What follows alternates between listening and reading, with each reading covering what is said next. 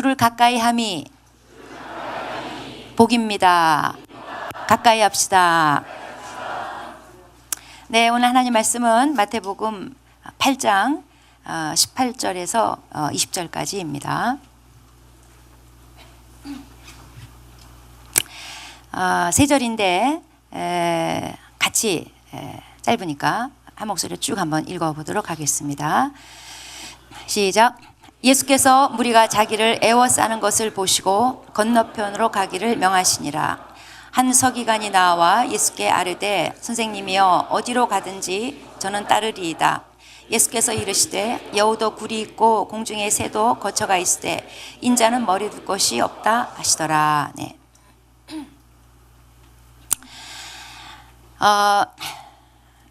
예수님께서 건너편으로 가자, 성경에 복음서에 건너편으로 가자 그러면 갈릴리 호수를 중심으로 배를 타고 저쪽 어떤 다른 지방으로 간다는 것을 의미합니다. 자, 건너편으로 가자 하셨대요. 왜 그럴까? 오늘 28절에 보니까 무리가 예수님과 제자들을 이렇게 애워싸는 것을 보시고는 안 되겠다, 저리 가자 이렇게 명하셨다는 겁니다. 예수님의 여러 소문을 듣고 또 호기심 반 기대 반 또는 기적 한번 볼까 싶어서 많은 사람들이 이 빠순이가 이때 시작한 거예요. 예빠들이 그냥 막 모여든 거예요. 아마 이때 예수님의 제자들은 좀 으쓱했을 것 같아요. 그리고 그 분위기를 즐긴 것 같습니다. 그러니까 예수님께서 명하셨어요. 절로 가자. 자, 복음서에 보면은 예수님께서 종종 이 무리들로부터 물러나시는 것을 보게 돼요. 왜 그러실까? 왜 예수님이 사람들한테 관심이 없으셨나? 왜 야박하게 그러셨을까? 이유가 있습니다. 예수님한테는 이 호기심 때문에 몰려드는 사람들에 대해서 예수님에게는 별로 그게 관심의 대상이 아니에요. 예수님의 관심은 자기를 따르는 자들. 예수님은 자기를 따르는 자를 찾으시지 그냥 예수님 구경하러 혹시 기적 한번 볼까 싶어서 우르르 몰려들고 그런 사람들에 대해서는 예수님이 물러나시는, 피하시는 그런 게 오히려 성경에 많이 기록이 돼 있어요. 이걸 오늘날 적용해 볼 때 예수님은 큰 교회에 관심 있는 게 아니에요. 교회 안에 따르는 자에 대해서 관심이 있으신 거예요. 그래서 따르는 자가 많이 모여서 큰 교회를 본 귀한 거죠. 그런데 그냥 무리 져서 숫자만 많은 거 예수님은 그런 데 관심 있는 게 아니에요. 그래서 오늘 마태복음에 보면은 마태가 이 큰 무리를 얘기하고 그리고 이어서 이 뒤에 예수님을 따르는 자들을 등장을 시켜요. 그래서 오늘은 원래 21절, 22절까지 이제 본문으로 이제 잡았었으나 제가 어제 말씀을 준비하다 보니까 너무 길어서 그냥 반텀 툭 자르고 절반은 다음 주에 하기로 하고 오늘은 그냥 20절까지로 한 사건만 이제 끝내는데 무리를 등장시키고 그 다음에 예수님을 따르는 자를 두 사람을 등장을 시켜요. 대비를 시켜요. 예수님께서는 무리를 좋아하시는 게 아니라 예수님을 따르는 자를 찾는다는 것을 우리들에게 보여주고자 하는 거예요. 자, 19절에 보니까 이제 한 서기관이 예수님한테 나왔어요. 그리고 예수님께 자기가 이제 예수님을 따르겠다고 얘기를 합니다. 서기관이라는 건 뭐냐면 서기, 그러니까 기록하는 거예요. 그 율법 필사본, 율법을 이렇게 복사해서 기록하는, 그래서 율법을 보존하고 그러다가 이제 더 나아가서는 해석을 하고 그리고 가르치기까지 한 그런 부류의 사람들입니다. 당시에 글을 읽고 쓰는 것은 모든 사람이 한 게 아니라 소수의 사람들이 했는데 그렇기 때문에 서기관은 당시에 엘리트층이라고 볼 수 있어요. 근데 이 복음서에 보면은 예수님한테 계속 예수님한테 시험하고 예수님을 대적하고 그런 대표적인 부류가 서기관, 바리새인 이런 사람들이에요. 단골 등장인물이에요. 그런데 이 서기관은 특이하게도 예수님을 따르겠다고 지금 나온 거예요. 오늘날로 치면 스가 나 교회 다닐게요 이러고 온 거나 마찬가지예요. 근데 예수님께서 20절에 이제 답을 주시는데 언뜻 보면 좀 동문서답 같아요. 여우도 굴이 있고 공중에 새도 거처가 있는데 인자는 머리 둘 곳이 없도다. 이런 식으로 답변을 하세요. 여기서 이제 인자, 우리 교회도 인자가 있어요. 진인자 집사님이라고. 인자, son of man이에요. 사람의 아들. 그러니까 예수님께서 인간으로서 오셔서 행하신 복음 사역과 관련해서 말씀하실 때 인자라는 그 용어를 쓰셨어요. 그러니까 예수님의 인성을 강조하고 예수님의 어떤 낮아지심, 고난 이런 걸 강조할 때 예수님께서 자기를 스스로를 지칭하실 때 인자라는 용어를 쓰셨습니다. 자, 오늘 이 20절에 말씀 여우도 굴이 있고 공중의 새도 거처가 있는데 인자는 머리 둘 곳이 없다. 자, 이 말씀을 조금 제가 살펴보려고 해요. 왜냐하면 이 말씀이 조금 오해돼서 알려져 있는 것 같아요.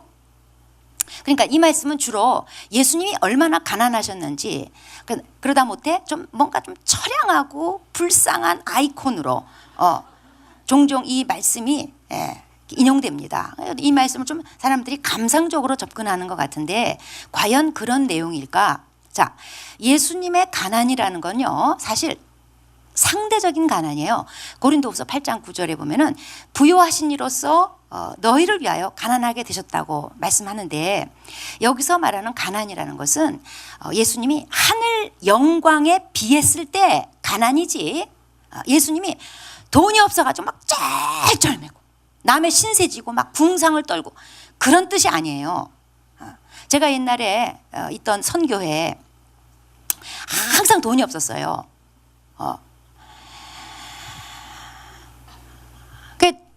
늘 빚이 있었어요. 그 당시에는 분위기가 뭐냐면 가난이 미덕이에요.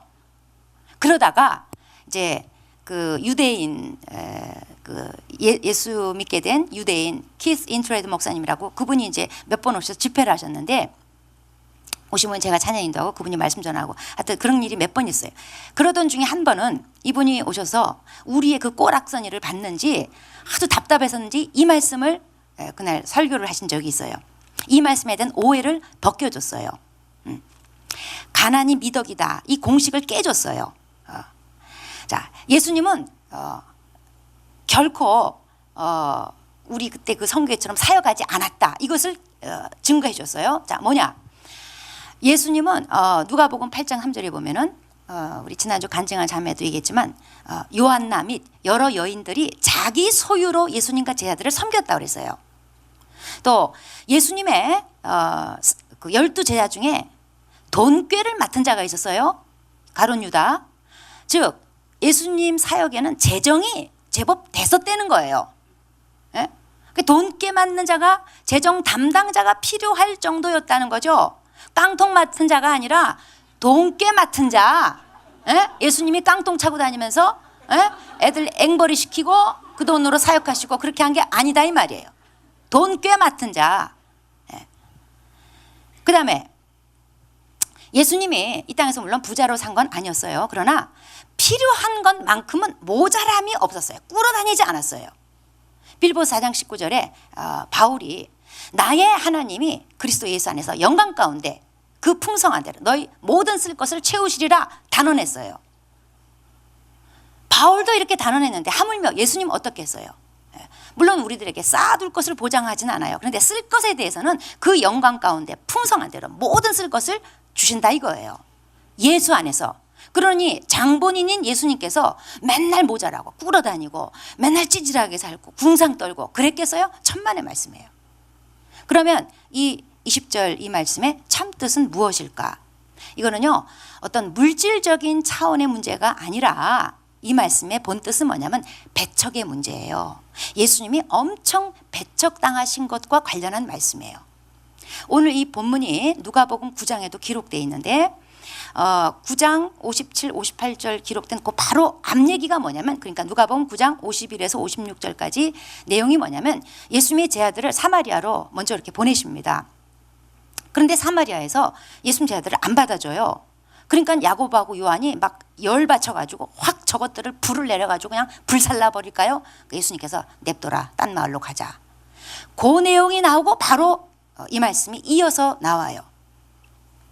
예수님은 이 땅의 주인이셨는데 이 땅 사람들이 그 주인 되신 예수님을 알아보지 못하고 계속 예수님을 쫓아냈어요. 예수님은 계속 배척당하심의 연속이었던 거예요. 오늘 본문은 예수님의 사역, 그러니까 예수님이 이제 초기에 유대에서 잠깐 사역하시다 주로 사역을 갈릴리 지역에서 사역을 하셨어요. 갈릴리 지역 사역을 크게 이제 한 1차, 2차, 3차 이렇게 세 번으로 나누는데 전체 갈릴리 사역 중에서도 맨 끝에 일어난 사건이에요.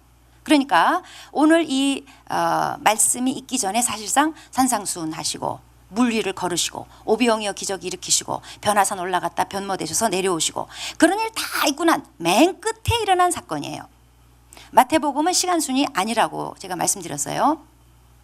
마태가 어떤 의도를 가지고 편집한 복음서라 그랬어요. 그러니까 오늘 이 본문의 내용이 나오기까지 예수님은 수많은 배척당함을 연속적으로 당하셨단 말이에요. 예수님은 날 때부터 머리 둘 곳이 없었어요. 사관이 꽉 차가지고 마구간에서 태어나셨어요. 고향에서도 배척당하셨어요. 친형제들한테도 배척당하셨어요. 그리고 이제 이 뒤에 8장 34절로 가면은 이제 그 귀신 쫓아주는 사건이 있는데 그 가다라 지방의 사람들도 예수님이 귀신 쫓아서 귀신이 돼지떼로 들어가니까 제발 좀 여기 좀 떠나시라고 막 간청을 해서 예수님이 쫓겨나시다시피 나오셔요. 또 사마리아 지역 예수님 거절했어요. 그러니까 온 예루살렘과 유다와 사마리아 땅끝까지 나중에 이제 예루살렘 가셔서도 예루살렘 사람들이 예수님을 십자가에 못 박으셔서 예수님을 죽이려는 거예요. 예루살렘과 온 유대와 사마리아 땅끝까지. 그뿐 아니죠. 십자가 위에서는 하늘에서조차도 예수님을 버렸어요. 예수님은 계속 이렇게 배척당함의 연속인 삶을 사셨어요.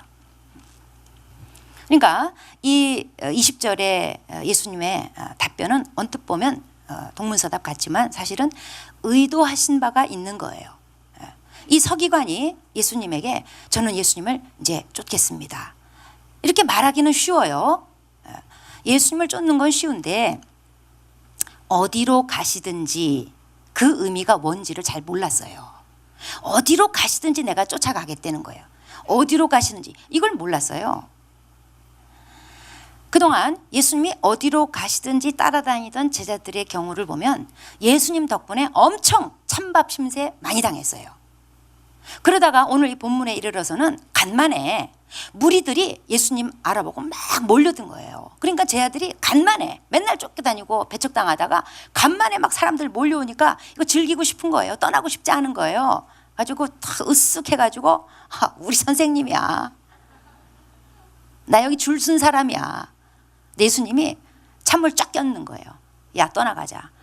떠나갈 기세를 안 보니까 명하셨다는 거예요. 떠나가자. 명하셨다는 거예요. 그 와중에 서기관이 예수님의 팬들이 막 몰려드는 것을 보고는 충동적으로 말하지 않았을까 싶어요. 자, 이 서기관은 예수님을 따른다는 게 뭔지 그 대가를 생각해 보지 않은 것 같아요. 그래서 예수님께서 나를 따른다는 게 뭔지 그 대가를 생각해 보라는 의도로 말씀하신 것 같아요. 너 나 따르기 원하냐? 너 그 대가를 좀 과소평가한 것 같다. 나는 심지어 여우만도 못하고 새들만도 못한 대접을 받는단다. 예수님이 지금 말씀해 주시는 거예요. 당시의 유대 사회에서는 랍비, 그러니까 선생님은 좀 존경받고 인정받는 신분이었어요. 그 사람들이 자기 이제 스승 될 만한 사람 찾아가서 제자를 삼아달라고 요청해서 받아들여지면 나중에 그 랍비하고 좀 비슷한 명예를 얻게 돼요. 근데 예수님은 학파도 없고 지위도 없어요. 서기관이 생각하는 세상적인 혜택을 누릴 수 있는 그런 걸 줄 수 있는 그런 분이 아니셔요. 근데 아마 이 서기관은 그 예수님의 놀라운 가르침 그리고 놀라운 능력 이걸 겸비한 예수님을 따라다니는 게 입신양명의 기회라고 생각했던 것 같아요. 또는 깊이 생각해보지 않고 순간적인 그냥 감정으로 예수님을 따르겠다고 장담한 것 같아요. 근데 예수님께서는 항상 우리 중심을 아시고 동기를 아시잖아요. 그가 따르려고 하는 동기를 아시고 그의 이 세상적 기대에다가 찬물을 끼얹으신 거예요. 그래서 아마 성경에는 안 나타나지만 아마도 이 서기관은 예수님을 따르지 않고 돌아갔을 것 같아요. 그러면 이 본문이 오늘 우리에게 주는 의미는 뭘까? 마태가 이 본문을 굳이 저 뒤에 배치돼야 맞는데 굳이 여기다가 배치한 의도는 뭘까? 오늘 이 사건은 시간순으로 보자면 저 뒤쪽에 예수님이 변화산에 올라가서 변모된 그 사건이 저 뒤에 17장에 나오는데요. 그 훨씬 뒤에다가 배치되는 게 맞아요. 근데 굳이 마태가 끄집어다가 이 8장 여기다가 배치한 데는 의도가 있단 말이죠. 자, 마태복음 8장 9장은 연속해서 예수님이 행하신 이적들, 기적이 쫙 나오는 내용이거든요. 그 사이에다 갑자기 뜬금없이 이 내용을 집어넣은 거예요. 이게 뭐냐면 이 감동파들 있잖아요. 감동파들. 예수님이 고치셨대. 계속 놀라고 있는 와중에 싹 집어넣어서 워워워. 나 예수님 따르고 싶어. 워워워워. 이걸 좀 의도한 것 같아요. 그리고 우리로 하여금 너는 어떤 동기에서 예수님을 따르려고 하니 그걸 좀 점검해봐라. 그런 의도인 것 같아요. 자, 의도가 뭡니까? 근데 저는 예수를 그냥 믿기만 할 거고요. 따르진 않을 건데요. 그러신 분들을 위해서 예수 믿는 자라면 그게 곧 따르는 거라는 것을 3단 논법으로 알려드릴게요.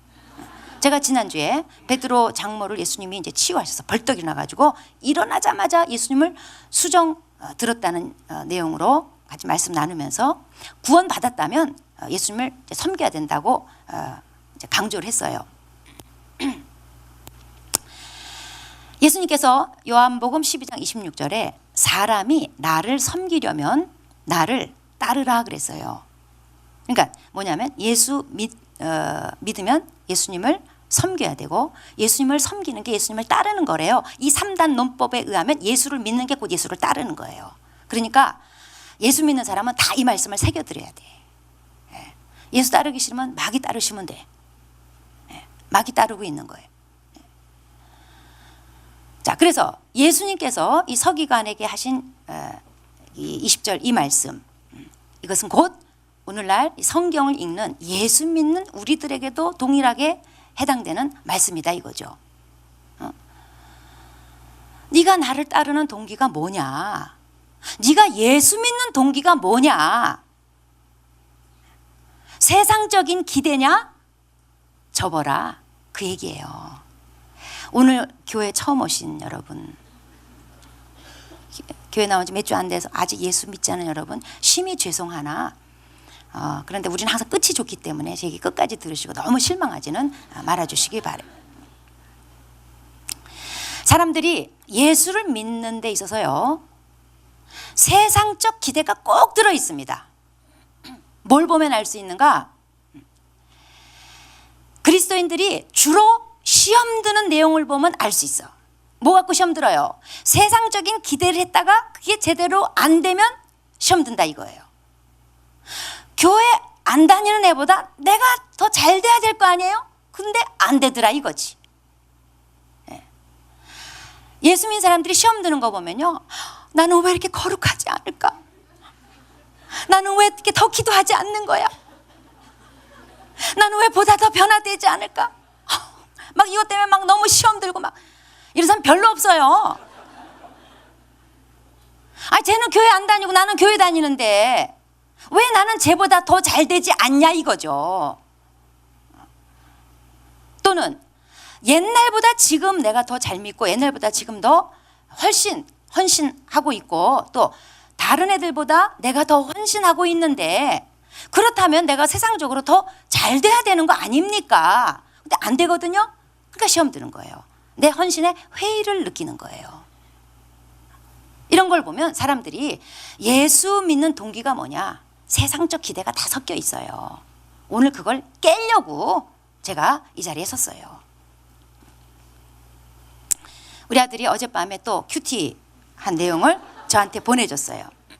사르밧땅에 가뭄 든 거 자기 인생에 가뭄이 들었다며 그래도 자기는 순종해야 될 것 같다며 이제 그런 내용으로 이제 큐티한 내용을 이제 보내줬는데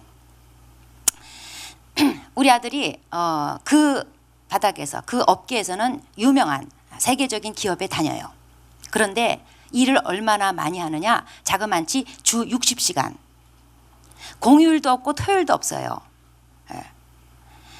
걔가 화요중보를 가는데 화요중보하고 마치면 밤에 또 회사 가서 또 일해요. 주일은 걔 없으면 교회가 안 돌아가요. 제가 과장되게 말하는 걸 거라고 여러분이 여길까 봐 그 우리 아들 휘하에 있던 청년들 한 3명인가 여기 지금 현재 앉아 있어. 물어보세요. 내가 과장되게 얘기하나. 그러니까 주일 하루 종일 사역하고 밤에 파김치가 돼서 밤늦게 와요. 그리고 월요일날 8시까지 또 출근해요. 쉬는 날이 없어요. 운동도 못해요. 저는 정말 그 회장님을 좀 만나고 싶어요. 만약에 우리 교인이라면 내가 불러서 야단을 치고 싶어요. 그런데 이런 일이 언제 발생한 거냐? 그가 예수님께 완전히 돌아와서 헌신한 이후에 생긴 일이에요. 예전에는 예수님을 떠나 살고 방황할 때는요, 널널했어요. 여유만만한 삶을 살았어요. 어제 제가 가뜩이나 우리 아들이랑 동갑내기인 남의 집 자식 주례를 쓰고 저녁 때 집에 제가 돌아와서 마음이 허한 제가 그냥 주님께 뭐 내가 어떻게 원망을 해요? 난 뭐 그런 거 난 못해. 우리 아들이 옛날에 주님을 떠나 살았을 때는 연애 박사였는데 완전히 돌아와서 헌신한 이후에는요, 만나는 사람도 없어요.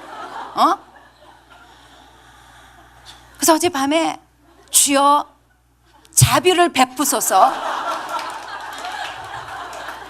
아시다시피 저는 지금까지 남의 집 자식들 위해서만 살았습니다. 제발 내 자식 좀 기억해 주시옵소서. 내 자식은 결혼은커녕 지금 만나는 사람도 없어요.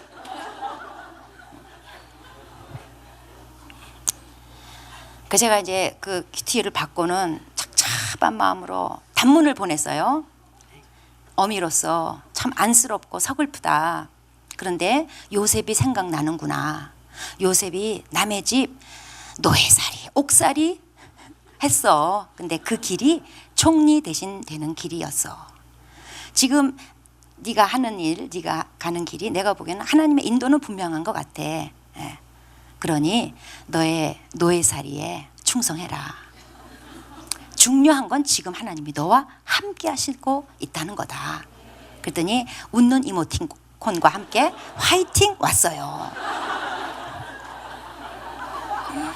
여러분, 주님을 따르면 편안한 삶, 좋은 직장이 와야 돼요. 이번에 단기 선교 끝나고 나면 주님을 더 따르게 돼요. 그러면 더 편안한 삶이 와야 돼요. 더 나은 수입이 보장이 돼야 돼요. 지난번 주식 사는 거 올라야 됩니까? 그 공식을 깨라는 게 오늘 말씀이에요. 예수님을 따르는 건요, 감수해야 될 게 있어요.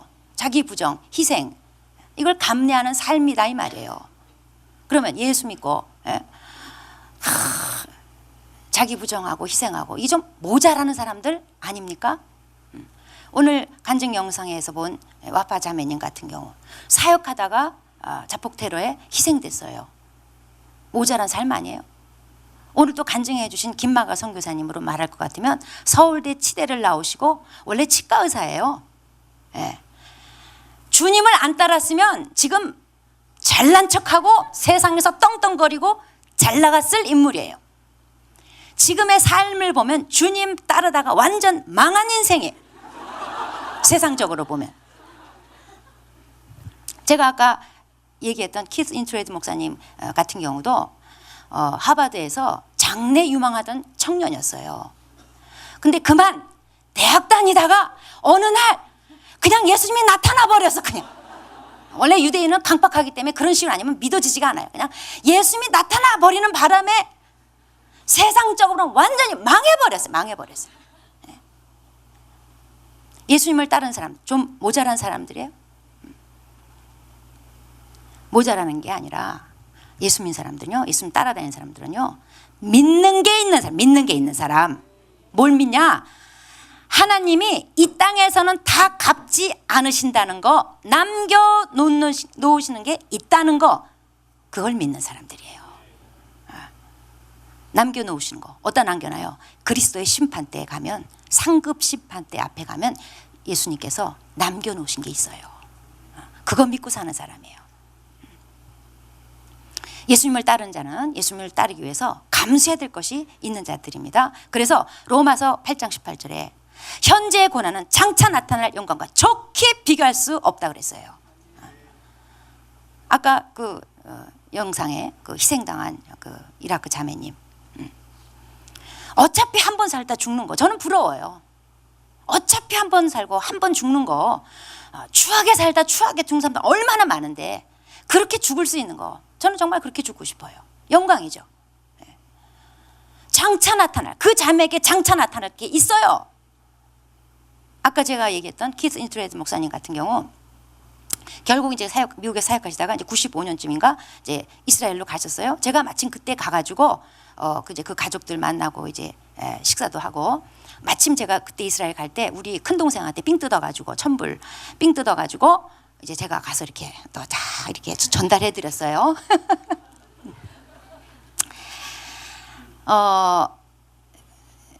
그 목사님이 이제 그 이스라엘 가가지고 그 메시아닉 주들 그 이제 지도자로 사역을 이제 잘 이제 지금까지 하시는데, 지난번 영화에 그 회복에도 보니까 이렇게 나왔어요. 인터뷰하는데, 사실 이스라엘 가서 사역하는 게 절대 쉬운 거 아니에요. 온갖 숨어 다겼고 배척당하고 참 고달픈 거예요. 그런데 그 키스 인트레드 목사님의 친구가 누구냐면 존 F 케네디 대통령 아들 존 F 케네디 주니어, 그러니까 자기 하버드 동기예요. 친구예요. 그 아들은, 그 사람은 뭐 세상 온갖 부귀영화 다 누렸죠. 그러다가 1999년도에 여친하고 비행기 타고 여행 다니다가 그냥 추락사로 이제 죽었어요. 자, 존 F 케네디 대통령 아들은 하버드 나오고 세상 부귀영화 다 누려봤어요. 그리고 죽었어요. 장차 그에게 나타날 건 뭐예요? 지옥불이에요. 그렇지만 이 키스 인트레드 목사님 같은 경우 동기 중에서 제일 찌질하게 살아요 지금. 그러나 그에게 장차 나타날 건 뭐예요? 영광이에요. 하나님이 남겨놓으신 게 있습니다. 그 결산할 날이 하루하루 다가오고 있어요. 오늘 하룻밤 자면 하루 더 가까워진 거예요. 나의 가는 이 길 끝에 여러분에는 뭐가 기다리고 있는 거예요? 이게 기대가 되는 삶입니까? 두려운 삶입니까? 기대가 되는 삶이시기를 바랍니다. 그래서 로마서 8장 17절에 그리스도와 함께 영광 받기 위해서는 고난도 함께 받는 것이 마땅하다는 거예요. 예수님을 따르는 것은 당장 이 세상에서 보상이 주어지는 것은 아니에요.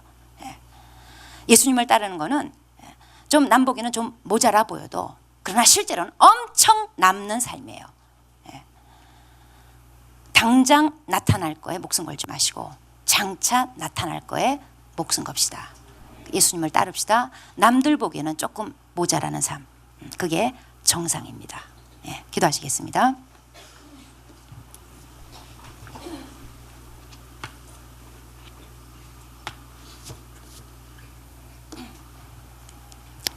자, 오늘 교회에 오신 여러분, 예수님을 따르시는 여러분, 또는 따라 볼까 하고 교회에 오신 여러분, 예수님을 따른다는 것은 당장 무슨 보상이 보장되는 것은 아닙니다. 어떤 거는 당장 보상되는 것도 있지만 사실상은 주님이 남겨놓으신 게 훨씬 커요. 그리고 그 결산의 날이 하루하루 가까우고 있습니다. 오늘 하룻밤 자면 더 가까워집니다. 자, 나의 가는 이 길 끝에 뭐가 기다리고 있습니까? 어마어마한 영광이 기다리고 있는, 그래서 그날이 기대가 되는 그런 삶으로 우리는 준비하면서 살아야 됩니다. 예수님을 따르는 것은 당장의 보상 바라보고 따르는 거 아닙니다. 장차 나타날 영광 바라보고 따르는 겁니다. 그래서 우리의 시야를 들어서 하나님, 내가 지금 당장 눈앞에 나타나는 것 때문에 시험 들었던 거 회개합니다.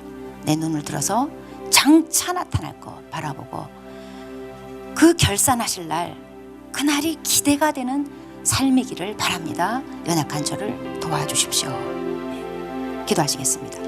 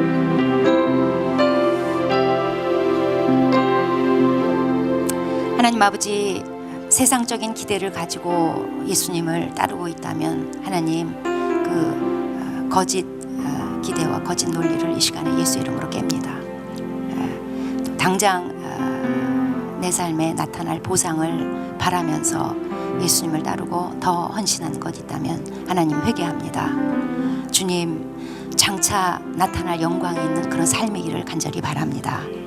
주님께서 지금은 다 주시지 않아도 남겨놓으시고 장차 그리스도의 심판대 앞에서 주실 어마어마한 영광이 있는 그런 삶을 준비하며 살기를 바랍니다.